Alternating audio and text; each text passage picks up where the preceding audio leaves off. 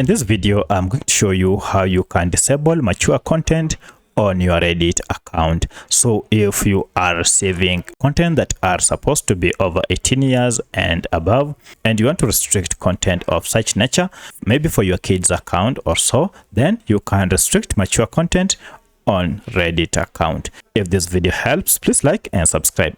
Now to do this, log into your Reddit account and then head to profile icon on top here. From here, go to settings, and under settings, look for this option, preferences. Now under this, go to content section, and we have this option, show mature content turned on. Here you can see it is turned on for over 18s.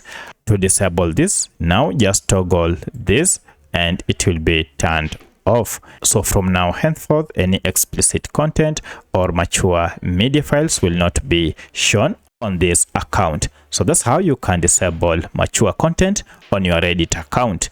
If you have any other question, kindly let me know in the comment section. Otherwise, thanks for watching and let's meet in the next video.